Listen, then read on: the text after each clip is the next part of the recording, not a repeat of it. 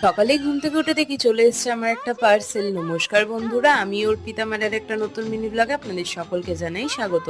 এই যে দেখো এখানে আমার ফুলগুলো কিভাবে মুড়িয়ে গেছে, আর এই পার্সেলটা একটা খুবই প্রয়োজনীয় জিনিস, যেটা ডিটেলস পরে বলবো।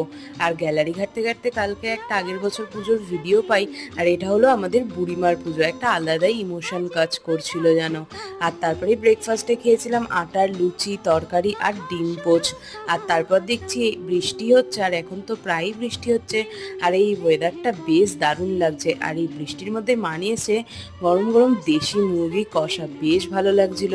আর তারপরে এখানে আমি স্নান করে ফ্রেশ হয়ে নিয়ে বসে বসে একটু সময় কাটাচ্ছিলাম। তারপরে এই যে এখানে নেল পলিশটা পরে নিয়েছি, নখগুলো আস্তে আস্তে ভেঙে যাচ্ছে। আর তারপরে এই যে এখানে বিকেলবেলা উঠে ইডলি ধোসা কাকু এসেছিলো, অনেকদিন ধরেই খাবো ভাবছিলাম। তারপর কালকে ফাইনালি নিয়ে আর রাতে খেয়েছিলাম দেশি মুরগির ঝোল দিয়ে গরম গরম ভাত। আজ এই অবধি, সবাই ভালো থাকবেন, সুস্থ থাকবেন, টাটা।